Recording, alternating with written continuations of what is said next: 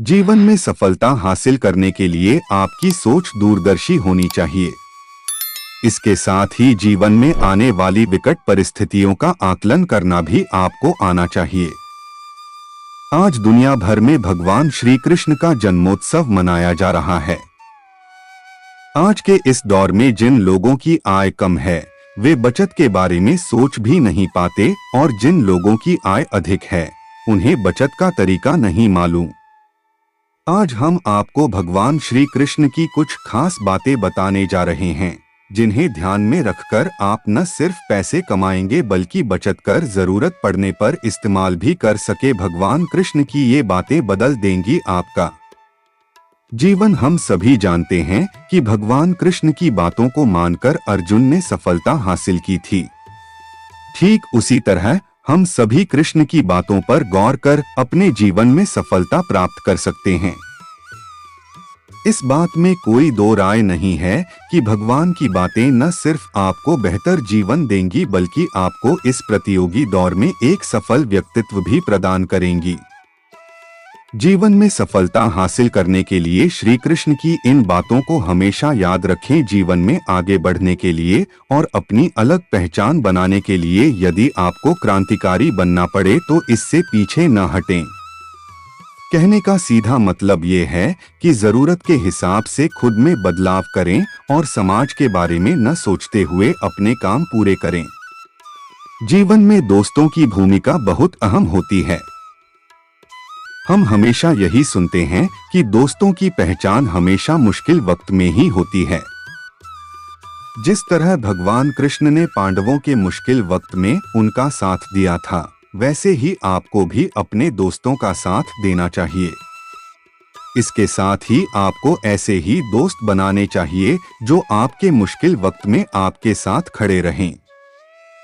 जीवन में हार जीत लगी रहती है लेकिन सफलता सिर्फ उसी व्यक्ति को मिलती है जो अपनी गलतियों और हार से सीख लेकर आगे बढ़े। हार कर निराश होना किसी भी समस्या का हल नहीं है। किसी भी परिस्थितियों से लड़ने के लिए उसके लिए एक बेहतर रणनीति बनाना बहुत जरूरी है। बिना रणनीति के आप हर मोर्चे पर कामयाब नहीं हो पाएंगे। यदि पांडव भी श्री कृष्ण द्वारा बनाई गई रणनीति का पालन नहीं करते तो शायद कौरवों के खिलाफ हुए युद्ध में उन्हें जीत नहीं मिलती। जीवन में सफलता हासिल करने के लिए आपकी सोच दूरदर्शी होनी चाहिए। इसके साथ ही जीवन में आने वाली विकट परिस्थितियों का आकलन करना भी आपको आना चाहिए। व्यक्ति के जीवन में आए दिन मुश्किल परिस्थितियों का सामना करना पड़ता है। श्री कृष्ण पांडवों को बताते हैं कि हमें खराब हालातों में हार मानने के बजाय उनका सामना करना चाहिए, क्योंकि ऐसा करने से ही हमारे मन में बैठा डर खत्म होगा और जब एक बार डर निकल जाता है तो व्यक्ति किसी भी हालात को सफलतापूर्वक पार कर सकता है। जीवन में सफल बनने के लिए व्यर्थ की चिंता के साथ साथ भविष्य के बारे में भी नहीं सोचना चाहिए। हमें हमेशा अपने वर्तमान को बेहतर बनाना चाहिए। यदि आप अपने वर्तमान को संवार लेते हैं तो आपका भविष्य अपने आप ही बेहतर बन जाएगा। इसके अलावा जीवन में कभी भी अनुशासनहीन नहीं होना चाहिए। आज के इस समय में लोग अपनी आय के हिसाब से खर्च करते हैं, लेकिन ऐसे में जरूरत पड़ने पर उनके पास पैसे नहीं होते। किसी भी तरह की मुश्किल आर्थिक परिस्थितियों से बचने के लिए हमेशा सोच समझकर खर्च करना चाहिए। कभी भी ऐसी चीज खरीदने में पैसा खर्च न करें जिसकी आपको जरूरत न हो। मन को शांत और स्थिर करने के लिए भगवान कृष्ण ने बताए हैं 2 उपाय। किसी भी चीज को समझने के लिए सबसे पहले मन को शांत रखना चाहिए और फिर काम पर ध्यान देना चाहिए, क्योंकि हम मन से ही प्रश्न खोज लेते हैं और मन में ही जवाब देकर बैठ जाते हैं। भगवान कृष्ण ने मन को शांत रखने के लिए 2 चीजें बताई हैं। भगवद गीता में भगवान श्री कृष्ण कहते हैं मन का बेचैन होना उसका स्वभाव है कि अगर वह अलग अलग बातों के बारे में सोचता रहेगा तो हमें आने वाली हर मुश्किल और मुसीबत से बचा लेगा, पर ऐसा होता नहीं है। हम अपने जीवन का काफी अधिक समय सोच विचार करके परेशान होने में निकाल देते हैं। भगवान श्री कृष्ण कहते हैं कि मन का यह स्वभाव बदलना मुश्किल जरूर है, असंभव नहीं। अच्छा, अब आप एक बात बताइए, क्या आप कौए को कह सकते हैं कि वो काम की आवाज ना करे? या फिर क्या आप किसी मेंढक को कह सकते हैं कि वह पानी देखते ही ऊंची छलांग ना मारे? हमारे मन का भी कुछ ऐसा ही है। जीवन में कुछ भी होता है, अच्छा या बुरा, हमारा मन उस पर काम करने लगता है। काम से मेरा मतलब है चिंता करना, व्याकुल होना। कोई बुरी बात होती भी नहीं है और मन परेशानी की ऊंची ऊंची लपटें लेने लगता है। कभी कभी तो मुझे ऐसा लगता है कि हम में से कई लोग सिर्फ परेशान होने के लिए जीते हैं। सारी परेशानी, पीड़ा, दुविधा अक्सर हमारी मन की बनाई हुई कहानियां होती हैं। भगवान श्री कृष्ण हमें हमारे मन को शांत और स्थिर करने के लिए 2 उपाय देते हैं।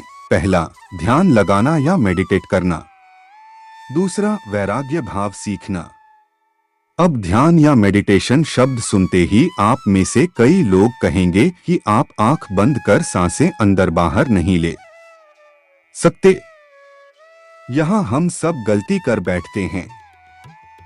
मेडिटेशन या ध्यान का मतलब सिर्फ आंख बंद कर बैठना नहीं होता। मेडिटेशन का मतलब होता है अपना पूरा ध्यान किसी चीज पर लगाना और उसे हटने नहीं देना। अगर आप रोटी बना रहे हैं तो सिर्फ उस बात पर ध्यान दीजिए। अगर आप पिक्चर देख रहे हैं तो अपना पूरा ध्यान पिक्चर पर लगाएं। यह मत सोचिए कि पिक्चर देखकर आप अपना कितना वक्त बर्बाद कर रहे हैं।